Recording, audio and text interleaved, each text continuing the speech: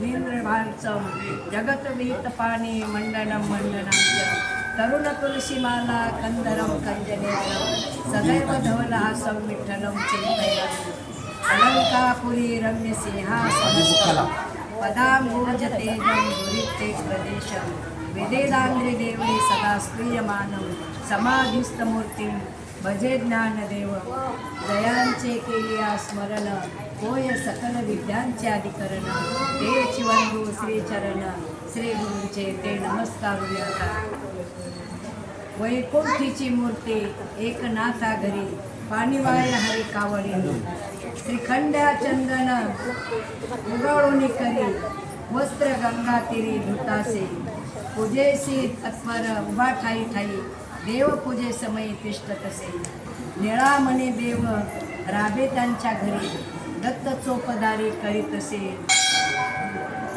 प्रस्तुत प्राप्त प्रसंगी सेवेला घेतलेला अभंग संत श्रेष्ठ निळोबरा यांचा 4 चरणाचा अभंग आहे। तेव्हा आज नागबाबांची षष्ठी असल्यामुळे त्यांच्या चरित्राचं थोडक्यात वर्णन करण्यात मला 10 मिनिटापूर्वी समजले। संतांचे चरित्र सर्वांनाच माहीत असतात, पण का करायचे असतात त्यांचे वर्णन? तुका म्हणे पापे जाती संताच्या जपे या न्यायाने संतांच्या चरित्राचं वर्णन केलं म्हणजे आपल्या शरीरातले पाप ताप निघून जातात, म्हणून संतांचे चरित्र वर्णन करायचे असतात, ऐकायचे असतात। या न्यायाने आज आपण नागबाबांच्या चरित्राचा थोडक्यात चिंतन करणार आहोत। आता अशा संतांचं आपल्यासारख्याने चिंतन करणं कितपत योग्य आहे, तरी पण एक सेवा करायची म्हणून त्यांचं चिंतन करण्याचा मी प्रयत्न करणार आहे। तेव्हा नाथबाबांचा जन्म पैठण गावामध्ये, वडिलाचं नाव सूर्यनारायण आणि आईचं नाव रुक्मिणी माता। कर्म धर्म संयोगाने आई वडील त्यांचे लवकरच या जगाचा निरोप घेऊन गेले आणि नाथबाबा पोरके झाले। त्यांचे आजोबा चक्रधर स्वामी यांनी नाथबाबांचा सांभाळ केला। भानुदासाचे कुळे महाविष्णूचा अवतार। भानुदास महाराज हे नाथबाबाचे पंजोबा आहे आणि चक्रधर स्वामी हे आजोबा आहे। त्या चक्रधर स्वामींनी नाथबाबांचा सांभाळ केला, लहानाचे मोठे झाले। आता हे महाविष्णूचाच अवतार होता, त्याच्यामुळं जन्मताच त्यांना भगवत भक्तीची आवड होती। सतत त्यांचा एकच ध्यास असायचा का मला गुरु कोण भेटल, मला गुरु कोण भेटल। एक दिवशी असेच मंदिरात गेलेले असताना त्यांचं ते चिंतन चाललेलं होतं आणि एक असा वृद्ध असा माणूस समोर आला आणि सांगितलं, बाळा तू कुठल्या चिंतेत आहेस? तेव्हा ते म्हणे का मला फक्त गुरुचा शोध घ्यायचा आहे। त्यांनी सांगितलं जा मग तू देवगिरी किल्ल्यावर। देवगिरी किल्ल्यावर जनार्दन स्वामी आहेत, तुला ते अनुग्रह देतील। आणि त्या न्यायाने नाथबाबा देवगिरी किल्ल्यावर गेले, जनार्दन स्वामींनी अनुग्रह दिला। आपल्याला खूप म्हणजे कसं असतं, सांगायचं झालं ना इथंच भूत सांगता आलं पाहिजे। वेळ कमी सांगायचं, मग इकडलं अर्ध रात्र इकडचं अर्ध तर काय हरकत नाही। मग जनार्दन स्वामींनी त्यांना अनुग्रह दिला, बराच काळ त्यांचा तिथे गेला आणि झालं कसं, वैकुंठीची मूर्त एकनाथा घरी म्हणजे वैकुंठीचे देव ज्या सुखाकारणे देव वेडावला वैकुंठ सोडून संत सदनी राहिला। देवाला संताच्या घरी येऊन राहावं वाटतं, का राहावं वाटतं? त्यांची तेवढी साधना असते, त्यांचा तेवढा एकनिष्ठ भाव असतो। त्या न्यायाने आणि 36 वर्षे भगवंत नाथाच्या घरी राहिले। पहिले 12 वर्षे कावडीने पाणी त्या घरी चक्र पाणी वाहे अनन्य भावे निळा त्यांचे वंदितसे पाये। याने 12 वर्ष पाणी वाहिलं, 12 वर्ष कपडे धुतले आणि 12 वर्ष स्वयंपाकात मदत केली। असे 36 वर्ष भगवंत एकनाथ महाराजांच्या घरी राहिले। त्यावेळेला द्वारकेमध्ये एक ब्राह्मण भगवंताची भेट घेण्याकरता तपश्चर्या करीत होते आणि त्यावेळेला रुक्मिणी मातेला असं वाचलं की बाबा आता हा ब्राह्मण किती दिवसाचा तपश्चर्या करतोय, भगवंत याला भेटू शकणार नाहीत। मग रुक्मिणी मातेने त्या ब्राह्मणाच्या स्वप्नात येऊन सांगितलं का बाबा तू इथं तपश्चर्या करून तुझा उपयोग नाही, तुला भगवंत इथं भेटणार नाहीत। भगवंत मराठवाड्यामध्ये पैठण या गावात आणि एकनाथ बाबांच्या घरी श्रीखंडाच्या रूपात सेवा करतायत, चाकरी करतायत. मग आता ह्या ब्राह्मणाला भगवंताच्या भेटीची खूप आस लागलेली होती. मग ते शोध घेत घेत पैठणमध्ये आले. पैठणमध्ये आल्याच्या नंतर विचारत नाथबाबाचे तिथं आले आणि नाथबाबाचे तिथं आले त्यावेळेला भगवंत कावड घेऊन पाण्याला निघलेले होते. आणि भगवंतालाच विचारलं, नाथबाबाचं घर कुठं आहे? म्हणे हे इथंच आहे. श्रीखंड्या कुठे? त्यावेळेला काय सांगावा माहीत नाही म्हणे, मला आतमध्ये जाऊन विचारा. आणि तसेच भगवंत कावड घेऊन गोदावरीवर गेले. तिथंच कावड ठेवली आणि गुप्त झाले. गुप्त झाल्याच्या नंतर ते ब्राह्मण नाथबाबाकडे गेले आणि बोलले, नमस्कार केला. म्हणे नाथबाबा, मी श्रीखंड्याला भेटायला आलेलो आहे.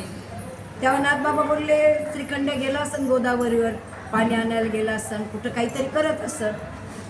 थांबा म्हणे तुम्ही थोडा वेळ, तो येईलच आता. बराच वेळ झाला, श्रीखंड्या काय येत नाही. आणि या ब्राह्मणाला तर एवढी उत्सुकता लागलेली. शेवट नाथबाबा बोलले, अहो येईल तो, तुम्ही काय करा. का नाथबाबाच्या घरी 12 वाजले का जेवणाच्या पंक्ती बसायच्या, पुरणपोळी जो येईल त्यांनी खायची. आणि मग तो ब्राह्मणाला नाथबाबा आग्रह करतात, तुम्ही एवढं लांबून आलाच आहेत, तुम्ही आधी जेवण करा, तोपर्यंत श्रीखंडे येईल. श्रीखंडे येतच नाही. श्रीखंडेने ओळखलं हा ब्राह्मण आपला आता सगळं पितळ उघडं करणारे म्हणून. आणि मग खूप वेळ झाला, नाथबाबा आग्रह करतात, ब्राह्मण जेवत नाही. शेवट तो श्रीखंड्याला भेटायचे म्हणून तो ब्राह्मण रडायला लागला. रडायला लागल्याच्या नंतर नाथबाबांनी विचारलं, अहो का रडताय तुम्ही? येईल श्रीखंड्या. का बरं, का असं तुम्ही म्हणजे हे करता? तुमचा कोणी आहे का? कोण आहे तुमचा? तुम्ही काय एवढं रडता? त्यावेळेला त्या ब्राह्मणाने सांगितलं, नाथबाबा, तो माझा कुणी नाही, तुमचा कुणी नाही, पण तो जगाचा बाप श्रीखंड्या तुमच्या इथं, श्रीखंड्याच्या रूपात भगवंत तुमच्या इथं पाणी वाहतोय, हे मला रुक्मिणी मातेने स्वप्नात येऊन सांगितले, म्हणून मी भगवंताला भेटायला आलेलो आहे. त्यावेळेला गिरिजाबाईच्या आणि नाथबाबाच्या पायाखालची जमीन सरकली, अंधाऱ्या आल्या आणि त्याच ठिकाणी ते खाली बसले. गिरिजाबाईंनी तर रडायला सुरुवात केली, भगवंता, आम्ही किती चांडाळ आहोत, आम्ही किती पाप केले. प्रत्यक्ष भगवंताला आम्ही आमच्या घरी काय म्हणून करायला लावलं नाही.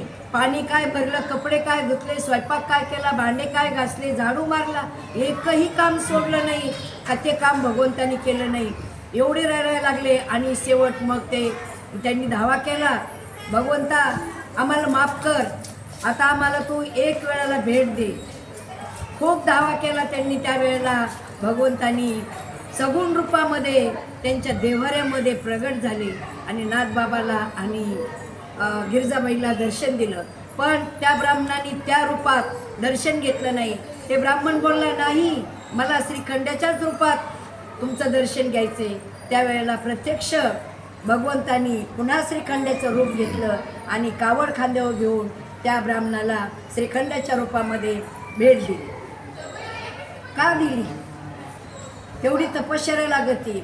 नाथबाबांचं वर्णन तुम्ही आम्ही काहीच करू शकणार नाही. शांती ब्रह्म का म्हणते त्यांना?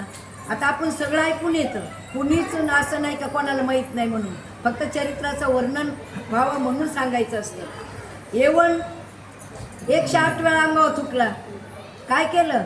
येवण अंगावर थुकला आणि प्रसाद देऊनही शुद्ध केला. म्हणजे इतकी शांती.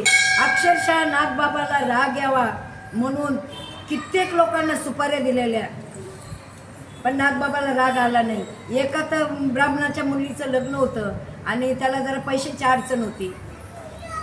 तर त्या ब्राह्मणाला त्या लोकांनी सांगितलं, म्हणे तुला जर समजा तुझ्या मुलीच्या लग्नाला पैसे पाहिजेत ना, आम्ही तुला पाहिजे तेवढे पैसे देऊ, पण तो नाथबाबाला राग आणायचा प्रयत्न कर.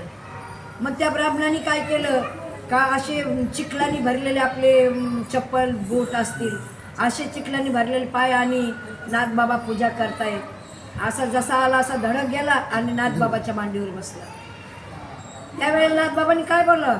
नाथबाबा बोलले, माझ्या भेटीची केवढी उत्सुकता लागली आहे की तुम्हाला चप्पल सुद्धा काढायचं ध्यान राहिलं नाही. नाथबाबांनी त्यांच्या हाताला पकडलं आणि स्वतःच्या हाताने त्या ब्राह्मणाचे चपला चिखलाने भरलेल्या धुतल्या. काय म्हणायचं? एक वेळेस एक ब्राह्मण म्हणजे गिरिजाबाई झाडत होत्या आणि झाडता झाडता त्यांनी येऊन गिरिजाबाईच्या पाठीवर बसला तो. काय बोलला नाथबाबांनी? नाथबाबा बोलले, गिरजा सांभाळून, हरिपंडित पडेल बरं का खाली. हां, त्यावेळेला ते म्हणे, नाही मला सवय आहे हरिपंडिताला पाठीवर घेऊन झाडू मारायची. अहो, असे चरित्र संतांचे असतात ना, तर त्यांचं चरित्र असं म्हणजे हृदयातून सांगता आलं पाहिजे. भगवंतानी काय केलं नाही. भगवंतानी एक वेळेला नाथबाबांच्या म्हणजे पितृपक्ष होते आणि नाथबाबाच्या घरी त्यांच्या वडिलाचं श्राद्ध होतं आणि त्यांनी सगळ्या ब्राह्मणाला निमंत्रण दिलं आहे. सकाळी स्वयंपाक झाला आहे आणि त्या रस्त्याने एक असे म्हणजे खालच्या जातीचे, आता बोलू नाही, खालच्या जातीचे जोडपं चाललेलं होतं आणि ते मुलं बोलत होते, आई आम्हाला जेवायचे, खूप सुगंध येतोय नाथाच्या घरून, जेवायचं आम्हाला. तेव्हा ते ते आई बोलत होती, बाळा हे ब्राह्मणाचं घर आहे, आपल्याला इथं अधिकार नाही, आपण खालच्या जातीतले आहोत, नाही म्हणे आपण नाही खाऊ शकत. आणि हे नाथबाबांनी ऐकलं. नाथबाबांनी त्यांना बोलून घेतलं. बोलून घेतल्याच्या नंतर त्यांना ते जेवण घातलं, पूर्ण घर धुवून घेतलं आणि पुन्हा श्रीखंडाच्या मदतीने गिरिजाबाईंनी पुन्हा स्वयंपाक केला. आणि हे त्या कर्मनिष्ठ ब्राह्मणाला समजलं का नाथबाबांनी खालच्या जातीच्या लोकांना जेवू घातले, आपला अपमान केलाय त्यांनी आणि आपला अपमान केला ना, आता आपण त्याच्या घरचं अन्न खायचं नाही. एक तर नाथबाबांना कुठलंच जाती धर्म पाळत नव्हते, त्यांचा एकच मानव मानव धर्मच त्यांचा होता. आणि मग आता नंतर स्वयंपाक केला, सगळं झालं, एकही ब्राह्मण कुणी जेवायला येत नाही. त्यावेळेला नाथबाबा एवढे चिंताक्रांत बसलेले आणि श्रीखंडाच्या रूपात भगवंत श्रीखंडाच्या रूपात येऊन सांगतात, नाथबाबा का चिंताग्रस्त आहेत? तेव्हा नाथबाबा बोलतात का आता काय करायचं श्रीखंड्या, कोणीच जेवायला येत नाही, आज हा पितृपक्ष आहे, आता काय करायचं? त्यावेळेला श्रीखंड्या बोलतोय, नाथबाबा ते नका काय ना, त्यांचे बाप येतील जेवायला, ते ना येऊ द्या म्हणे, त्यांचे बाप येतील जेवायला. आणि प्रत्यक्ष भगवंतानी त्यांच्या वडिलांना, आजोबाला, पंजोबाला सगळे गोळा केले आणि जेवायला बसलेत. हे ब्राह्मण आले, ते बाहेरून सगळं पाहत येतं, खिडकीतून डोकून पाहतं, कोणी म्हणतं माझा बाप आलाय, कोणी म्हणतं माझा आजोबा आहे, कोणी म्हणतं माझा पंजोबा आहे. आणि त्यावेळेला त्या ब्राह्मणाला समजलं का बाबा नाथबाबा काय आहे आणि आपण नाथबाबाला किती त्रास दिलेला आहे.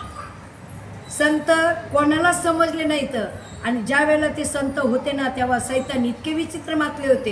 एका नाण्याला दोन बाजू असतात. ज्या वेळेला देव होते तेव्हा दैत्य होते, ज्या वेळेला संत होते तेव्हा सैतान होते.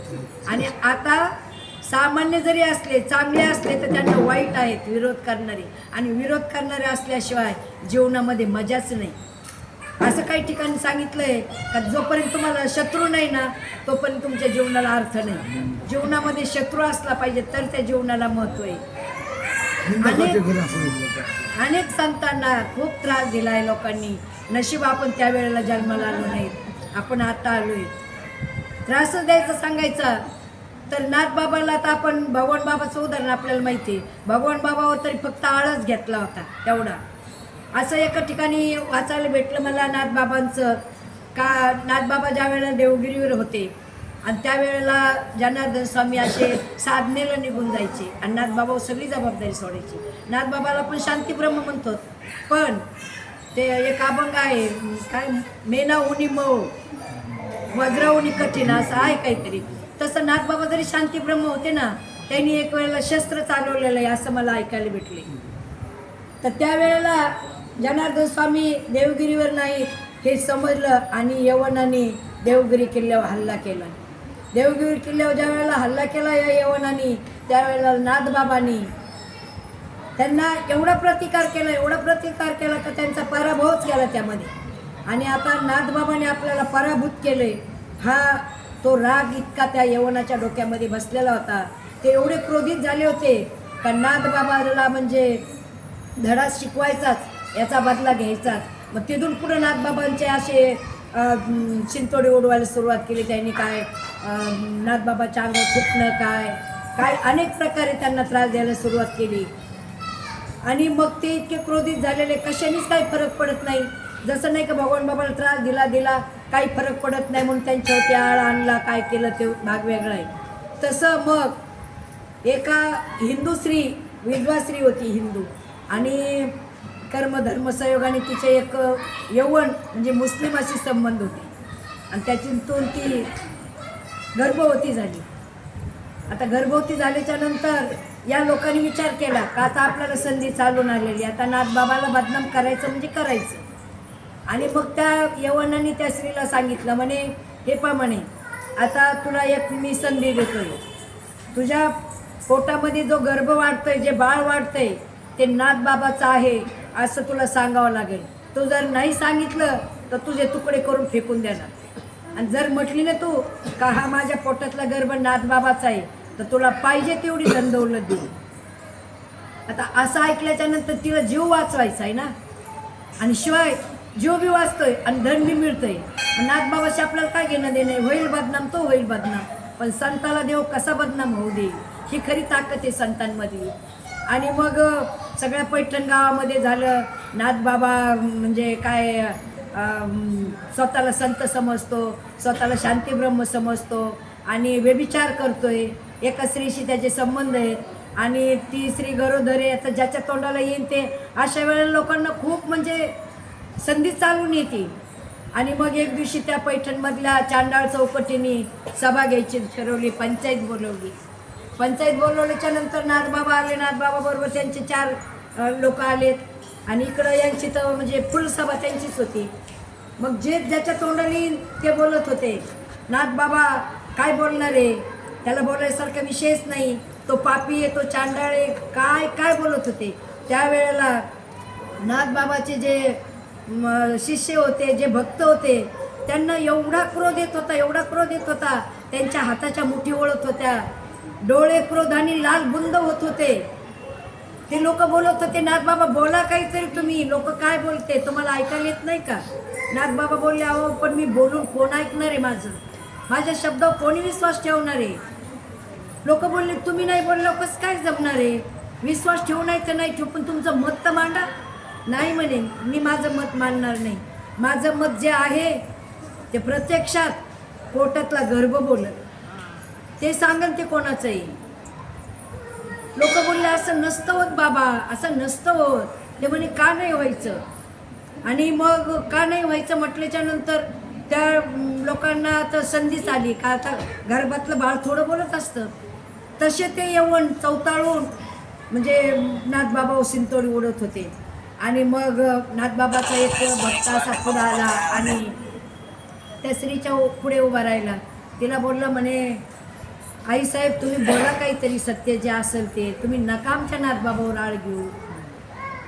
कसं असतं, अंतरीचे धावे स्वभाव बाहेरी. त्यावेळेला त्या स्त्रीचा इतका चेहरा पडलेला होता, तिला एवढं पुढं पडलं होतं. आता नाथबाबाचं नाही म्हटलं तर आपल्याला प्राणाशी मुकावं लागेल, हो म्हटलं तर आपला मालामाल आहे. शेवटी काहीच बोलली नाही. आणि मग नाथबाबा बोलले, ठीक आहे म्हणे, मी जर पापी असेल, मी जर गुन्हेगार असेल, मी जर व्यभिचारी असेल तर गर्भातून काहीच आवाज यायचा नाही. आणि माझी जर बाजू भगवंता सत्य असेल तर बाळा सांग तो कोणाचा आहे, विश्वास बसेल का कोणाचा आजच्या काळामध्ये. पण हे सत्य होतं, हे संतांनी भोगलेलं आहे म्हणून ते संत पदाला गेलेले होते. आणि जशी काही आकाशवाणी व्हावी असं त्या गर्भातलं बाळ बोलते, मी नाथबाबाचा नाही, माझा बाप येवन आहे, माझा बाप मुसलमान आहे. त्यावेळेला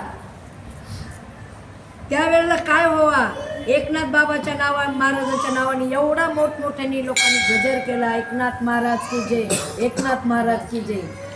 नियतीने निसर्गाने न्याय द्यावा. खरं तर ना आपली जी बाजू असेल ना ती बाजू मांडायला साक्षीदार कोणीच नका ठेवतो. आपली बाजू मांडायला भगवंतच साक्षीदार झाला पाहिजे, बाकीच्याला साक्षी ठेवून काय उपयोग नाही. नाथबाबांची ज्या वेळेला ह्याच्यावर होते देवगिरीवर, त्यावेळेला जनार्दन स्वामींनी सांगितलं होतं, नाथबाबा पुस्तकातल्या ज्ञानाचा उपयोग नसतो होत, साधना केली तरच म्हणजे सिद्धी प्राप्त होती. त्यावेळेला शूलभंजन पर्वतावर नाथबाबांना जनार्दन स्वामींनी तपश्चर्या करायला सांगितली होती, साधना करायला सांगितली. आणि मग तिथं गेल्याच्या नंतर जनार्दन स्वामींनी सांगितल्याप्रमाणे नाथबाबांनी थोडीशी पर्णकुटी तयार केली आणि तिथंच राहू लागले आणि तिथं साधना करायचे. त्यांची अशी साधना होती तर ते किती वेळ बसले आणि किती दिवस बसले हे त्यांनासुद्धा कळत नव्हतं हे अन्यायाने. आणि मग त्या जंगलामध्ये एक शेतकरी आपला लाकड तोडायला यायचा आणि ते पाय सारे तास झाले, 2 तास झाले, 4 तास झाले, एक किंचितही हे योगी म्हणजे विक्षिप्त होत नाही त्याचं ध्यान. त्याने एक दिवशी असं सांगितलं घरी गेल्याच्या नंतर बायकोला, म्हणे एक योगी आहे आणि त्या जंगलामध्ये एवढी साधना कडक करतोय. त्यावेळेला त्याच्या बायकोला एक म्हणजे ही तयार झाली का अशा साधूचं आपण दर्शनाला गेलं पाहिजे. दुसऱ्या दिवशी ती म्हणली, स्वामी मला पण त्या साधूच्या दर्शनाला यायचं आहे. आणि मग तिने काय केलं, एक तांब्या भरून दूध घेतलं आणि एकनाथ महाराजांच्या दर्शनाला गेले. आणि मग तिला इतकी ते एकनाथ महाराजाविषयी आस्था निर्माण झाली. रोज नेमाने ती एक तांबभर दूध घ्यायची आणि दोघं नवरा बायको एकनाथ महाराजांच्या दर्शनाला जायचे. असंच एक दिवशी चाललेले आणि समोरून म्हणजे साप येत होता. सापाने येऊन एकनाथ महाराजांच्या पूर्ण शरीराला ऊन होतं आणि ऊन लागत होतं नाथबाबांना. याची चिंता देवाला पडली का माझा नाथ म्हणजे याच्यामध्ये उन्हात तपश्चर्या करतोय आणि पूर्ण शरीराला थंड लागावा म्हणून त्या सापाने वेढा मारलाय आणि डोक्यावर फणा धरलाय सावलीला. आणि हे दोघं नवरा बायको दूध घेऊन येत होते. त्या बाईचं लक्ष गेलं का नाथबाबाच्या डोक्यावर एवढा मोठा सापाने फणा धरलेला आहे. ती जोरात किंचळली आणि तिच्या हातातला तांब्या खाली पडला. त्या तांब्याचा आवाज ऐकून सापाला ऐकायला येत नसतं पण स्पंदन चालू असतात. त्या स्पंदनाने तो सापाने काय केलं, हळूहळू त्या नाथबाबाच्या शरीराचे वेढे उलगडले आणि तो साप जायला लागला आणि ते साप बाजूला गेला आणि नाथबाबा समाधीतून बाहेर आले. समाधीतून बाहेर आल्याच्या नंतर त्यांनी ते पाहिलं का आपल्यासमोर 2 उभे आहेत पती पत्नी. त्यांनी विचारलं, म्हणे काय झालं, काय झालं म्हणल्याच्या नंतर ती बाई खूप रडायला लागली. त्यांनी नाथाच्या चरणावर गडबडा लोळायला लागली. म्हणे माऊली खूप मोठा साप होता आणि त्यांनी तुमच्या शरीराला पूर्ण वेढा मारला होता. ज्या वेळेला आता थोडं विषयांतर करते, ज्या वेळेला भगवान बाबा मुकुंद महाराजांच्या मंदिरामध्ये साधना करत होते तेव्हा त्यांना माणिक बाबांनी सांगितलं होतं 1000 ज्ञानेश्वरीची पारायणं आणि 13 कोटी नामाचा जप झाल्याशिवाय तू परत यायचं नाही आणि हे झाल्याशिवाय तुला ब्रह्म दिसणार नाही. जसं भगवान बाबाला मुकुंद महाराजांच्या तिथं ब्रह्म दिसलं होतं, त्यांचीसुद्धा परीक्षा पाहायला साप काय, वाघ काय, सिंह काय येऊन जवळ बसत होते. तशा न्यायाने नाथबाबांना सर्पफणा धरून सावली धरत होते आणि चित्तशुद्ध तरी शत्रू मित्र होती. सर्पण खाती व्याघ्रता या न्यायाने. आणि ज्या वेळेला ते शूलभंजन पर्वतावर साधनेला गेले होते तेव्हा त्यांनी जनार्दन स्वामीला विचारलं होतं का स्वामी साधना मी किती दिवस करू. ज्याप्रमाणे अर्जुनाला भगवान श्रीकृष्णाने सांगितलं होतं अर्जुना साधना कर, साधना कर. त्यावेळेला अर्जुन बोलला भगवंता साधना कर पण किती दिवस करू.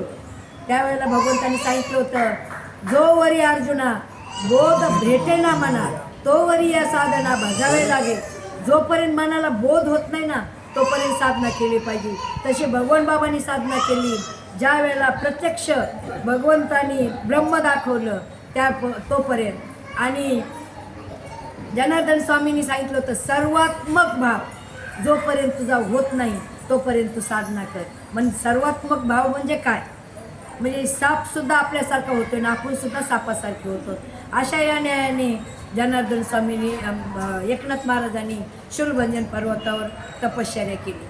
नाथबाबाच्या आपण कितीतरी उदाहरणं अशी सांगू शकतो. नाथबाबा एक वेळेस असेच गोदावरीवर संध्याला चालले होते आणि एक खालच्या जातीतली बाई आपली कपडे धुवायला चालली होती. ती तिच्या नादात ती कपडे धुवायला चाललेली पुढं आणि मागून एक 4-5 वर्षाचं बाळ रडत तिच्या मागं येत होतं. तिचं लक्षच नव्हतं. ती सरळ गेली कपडे धुवायला. ह्या बाळाच्या अंगावर कपडे नाही, पायात चप्पल नाही आणि ते नाथबाबांनी पाहिलं. नाथबाबांनी पाहिल्याबरोबर त्या बाळाला उचललं. नाथबाबा परत वाड्यामध्ये आले. आल्याच्या नंतर त्यांनी गिरिजाला सांगितलं गिरिजा त्या बाळाला स्वच्छ असं आंघोळ घाल. सुंदर अशी गिरजाईने त्या बाळाला आंघोळ घातली आणि हरिपंडिताचे कपडे घातले. नवे नवे कपडे नाही, हरिपंडिताचे दागिने त्या बाळाला घातलेत. विचार करा, ते बाळ कोणाचं आहे काय माहीत आहे का यांना?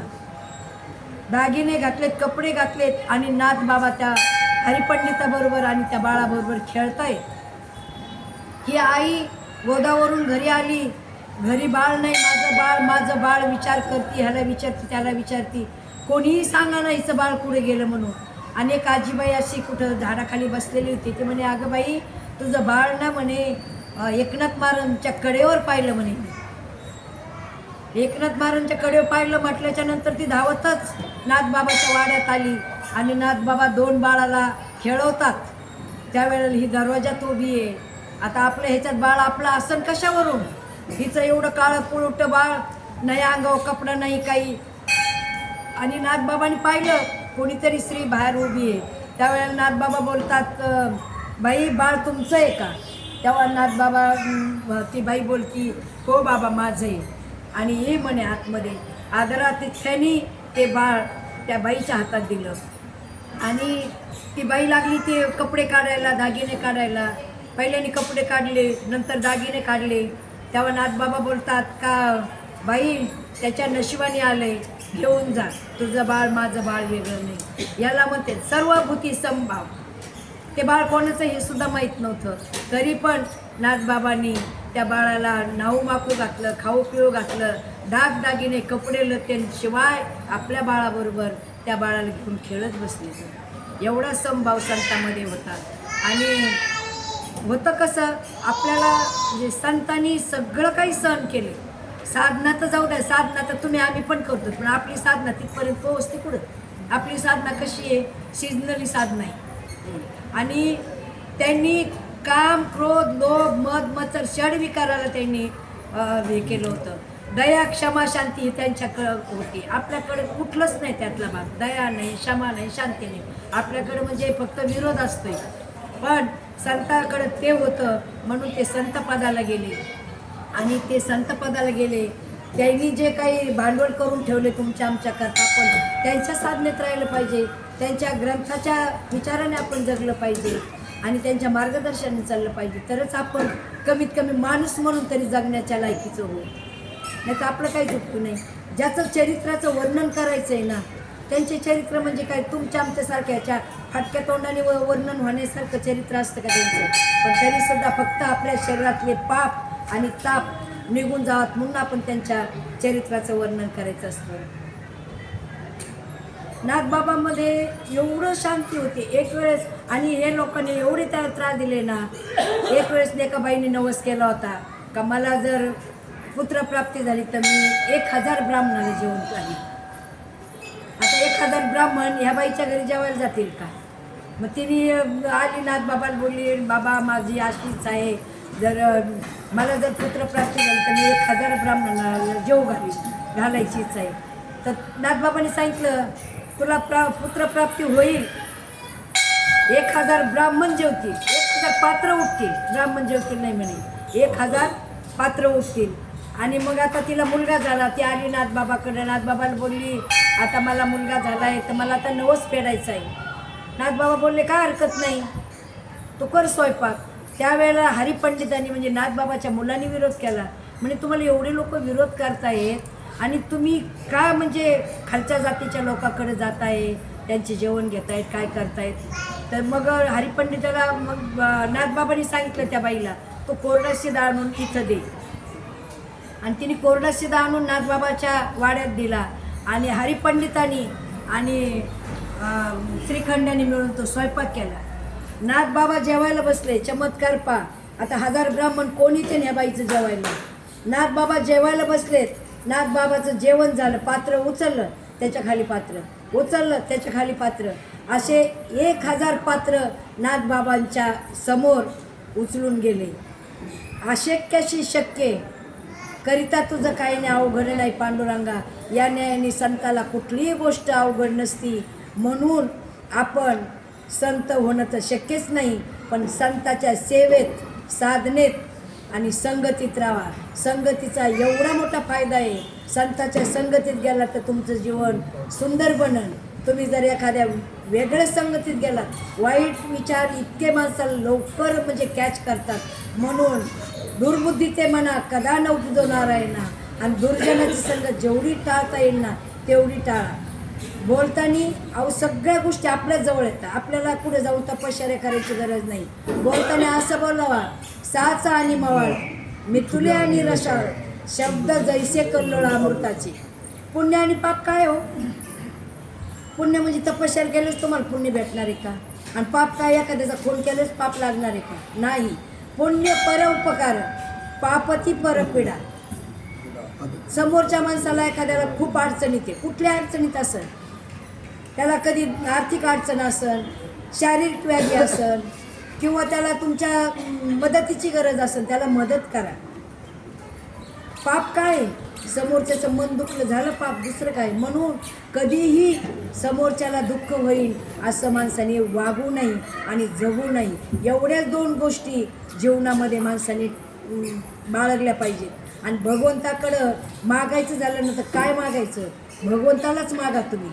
भगवंताच्या जवळचं कधीच मागू नका. भगवंताच्या जवळचं दुर्योधनाने मागितलं, काय झालं? परिणाम सर्वनाश झाला. अर्जुनाने फक्त भगवंत मागितला. ज्या वेळेला दुर्योधनाने सैन्य मागितलं, काय मागितलं? त्यावेळेला दुर्योधन अर्जुनाला हिनवत होता, सब माला माल मेरे पास है, जीत तो मेरी होगी, सब माला माल मेरे पास है. तेव्हा अर्जुनाने काय बोलावा? माखन का क्या करे, माखन लाल मेरे पास है. तुझ्याकडे माल आहे ना, त्या मालाचं काय करायचं? पण त्या मालाचा धनी जो आहे तो माझ्याकडे, जीत तो मेरी होगी, क्योंकि माखनलाल मेरे पास आहे. म्हणून भगवंत जर आपल्यापाशी असेल तर आपल्याला बाकीच्या कुठल्याच गोष्टीची गरज नाही. म्हणून भगवंताकडं भगवंतच मागा. भगवंताकडं त्याच्याजवळचं कधीही मागू नका. आपल्या जीवनाचं जर सोनं करायचं असेल तर भगवंताला मागा. आज अचानक नाथबाबाच्या मनात होतं की काय, म्हणून त्यांनी माझ्याकडून ही सेवा करून घेतली. इतक्या अचानक सेवा करून घेणं म्हणजे हे तर